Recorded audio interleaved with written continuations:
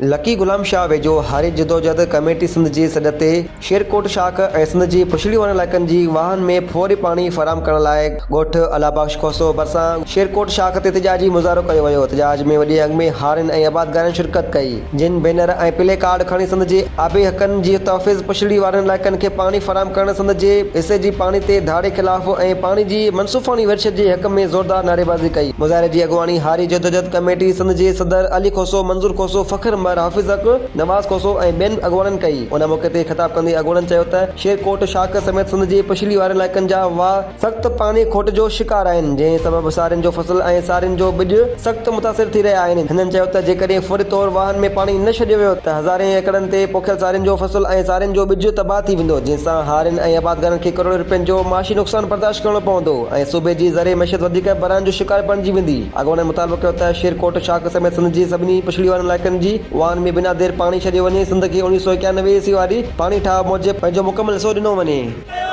माशी कत्लेआम बंद कयो, जो माशी कत्लेआम बंद कयो, जो माशी कत्लेआम बंद कयो, बंद कयो। शेरकोट शाख के पानी दो, शाख के पानी दो, शाख के पानी दो, शाख के पानी दो, शाख के पानी दो। ओ भला पानी ना है छो भला, पानी ना है छो भला, सिंध के पानी दो, जो माशी कत्लेआम बंद करो,